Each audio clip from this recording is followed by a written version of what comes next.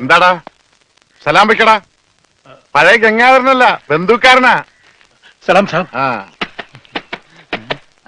മുതലാളി.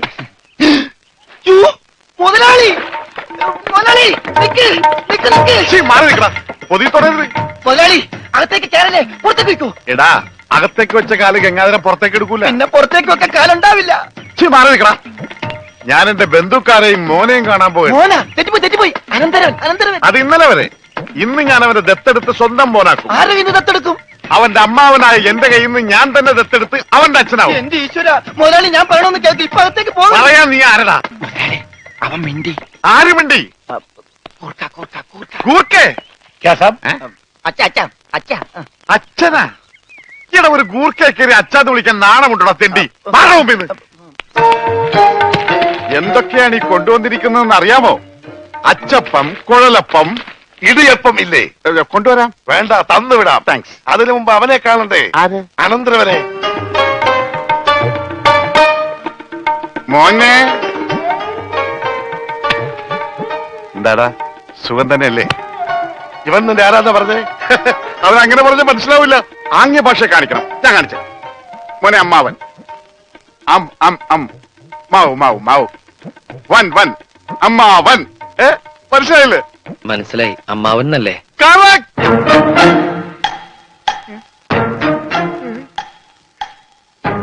അമ്മാവന് സുഖമാണോ?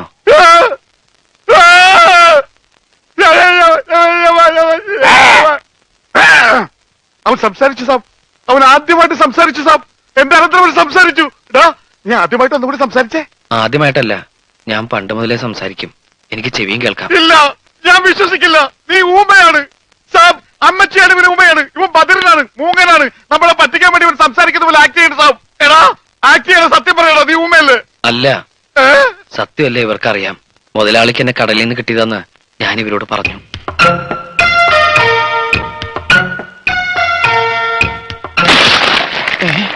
എന്താ ഒരു എല്ലുടിയാണ് ഒച്ച കേട്ടത്? എല്ലൊടിഞ്ഞിട്ടില്ലടാ, ഒടിയാൻ പോണേ ഉള്ളൂ.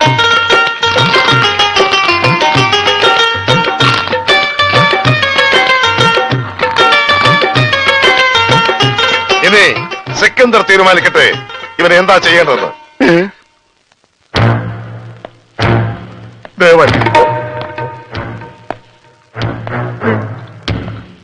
എന്നെ ഒന്നും ചെയ്യരുത്. ഇവൻ സംസാരിക്കാൻ കഴിയുന്ന ഊമയാണെന്ന് എനിക്ക് സത്യമായിട്ടും അറിയില്ലായിരുന്നു.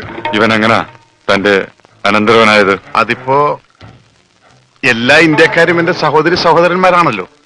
അതിലേതെങ്കിലും ഒരു സഹോദരിയുടെ മകനായിരിക്കുമല്ലോ ഇവൻ. ആ വകയില് ഇവൻ എന്റെ അനന്തരവനാവൂലേ? ഇന്ത്യയിൽ എങ്ങനെയാണ്, പഞ്ചാബിൽ എങ്ങനെയാണെന്ന് എനിക്കറിയില്ല. ഏതായാലും നീയാണ് ഇവനെ ഞങ്ങൾക്ക് തന്നത്. അതുകൊണ്ട് നീ വാങ്ങിയ പണം ഇനി തിരിച്ചു തരണ്ട. അപ്പൊ പലിശ? അതും വേണ്ട.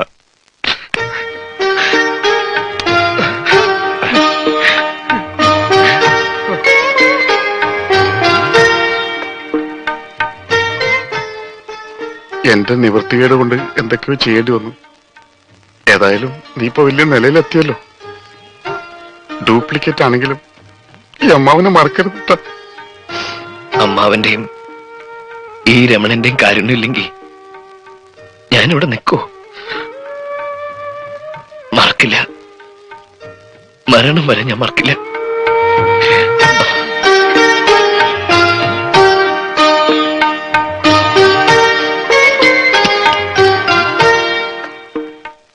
ഉണ്ണിയുടെ വീട്ടിലുള്ളവർക്ക് ഒരായുഷ്കാലം മുഴുവൻ സുഖമായി ജീവിക്കാനുള്ള പണമുണ്ട് ഇതില്.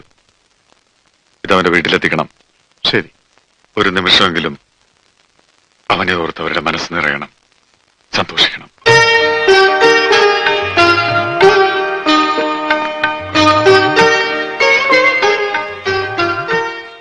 നിന്റെ വീട്ടിലെന്താ പറയേണ്ടത്?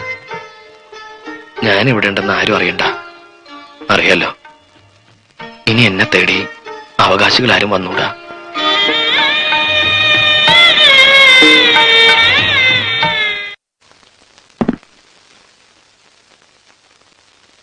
എനിക്കിത് വേണ്ട. ഉണ്ണി തന്നേച്ചാണെന്ന് കരുതിയാ മതി. അവന്റെ ബിസിനസ്സിൽ നിന്ന് കിട്ടിയ ആദായമാണല്ലോ.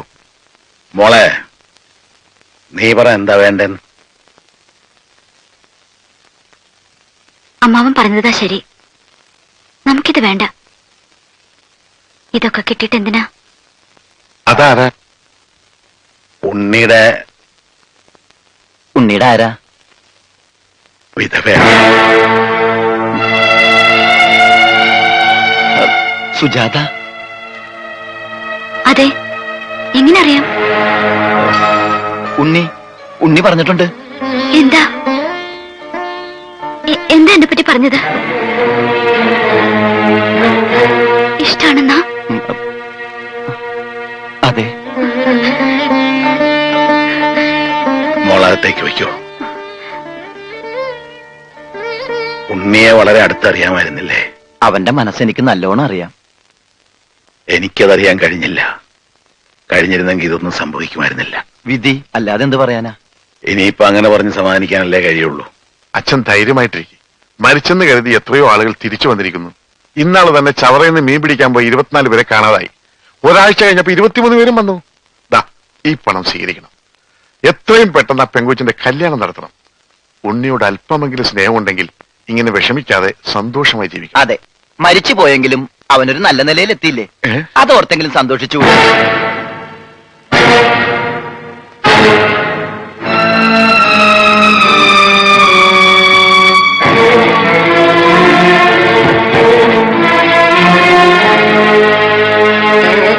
ഞാൻ എത്ര വട്ടം പറഞ്ഞിട്ടും ആരും അത് വിശ്വസിച്ചില്ല. എന്റെ മോൻ എത്ര അകലെ പോയാലും അവൻ മനംനൊന്ന് വിളിച്ചാൽ ഞാനത് അറിയും. അവൻ പോയ പിന്നെ പലവട്ടം ഞാനത് അറിഞ്ഞിട്ടുണ്ട്. നമ്മുടെ ഉണ്ണി മരിച്ചിട്ടില്ല, അവൻ ജീവിച്ചിരിപ്പുണ്ട്.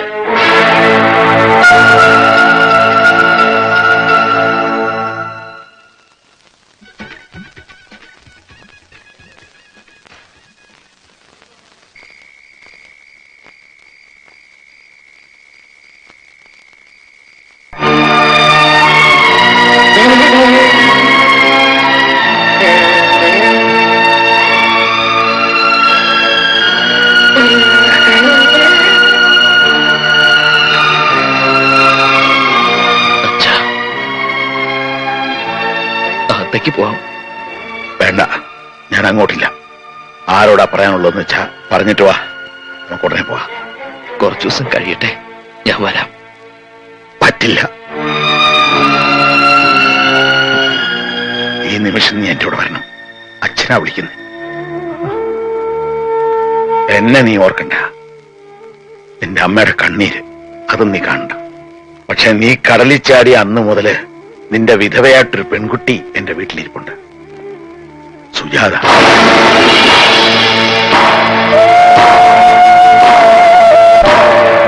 അവളെ നീ ഓർത്തേ പറ്റൂ. അവളുടെ കണ്ണീര് അച്ഛാ, നിന്നെ നടക്കാൻ പഠിപ്പിച്ച കൈയായത്. ഇപ്പൊ ഞാൻ യാചിക്കുക, ഈ കൈ നീ വിടരുത്. മോൻ അച്ഛന്റെ കൂടെ വരണം. ഉണ്ണി, ഞാൻ പറഞ്ഞിട്ടില്ലേ നമ്മുടെ കൽക്കട്ടയിലെ സർവാജി. ഹലോ. ആ എന്താ ഇത്? ചടങ്ങുകളൊക്കെ തുടങ്ങാറായില്ലേ? വേഗം വാ.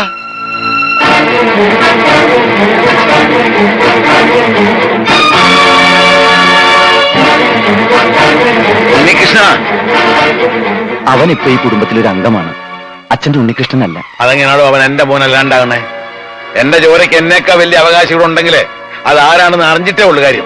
കയ്യെന്നുടാ. അച്ഛൻ പ്രശ്നം ഉണ്ടാക്കരുത്. കയ്യെന്നുടാ. പ്രശ്നം ഉണ്ടാക്കരുത്. ഞാൻ പ്രശ്നം ഉണ്ടാക്കും. അച്ഛൻ ഞങ്ങൾ പറഞ്ഞു. ഞാൻ ഇവിടുന്ന് എന്റെ മോനെ കൊണ്ടല്ല പോകുന്ന. എല്ലാം ഞാൻ പറഞ്ഞതല്ലേ? പ്രശ്നം ഉണ്ടാക്കരുത്. ഞാൻ ഇവിടുന്ന് എന്റെ മോനെ കൊണ്ട് പോകും. വേണ്ട, പ്രശ്നം ഉണ്ടാക്കരുത്. എന്നാ ചെല്ല്, ചെന്ന് ചോദിക്ക്. ഇപ്പൊ അവകാശം പറഞ്ഞ് ചെന്നാലുണ്ടല്ലോ, അവനെ കൊലക്ക് കൊടുത്ത് ഇറങ്ങി. ചെല്ല്, ചെന്ന് ചോദിക്ക്. നിങ്ങൾ എല്ലാവരും കൂടിയല്ലേ അവനെ ഈ അവസ്ഥയിലാക്കിയത്? ഇനിയെങ്കിലും അവൻ സമാധാനമായിട്ടൊന്ന് ജീവിക്കട്ടെ. അച്ഛൻ പോ. അവൻ മരിച്ചെന്ന് കരുതിക്കോ.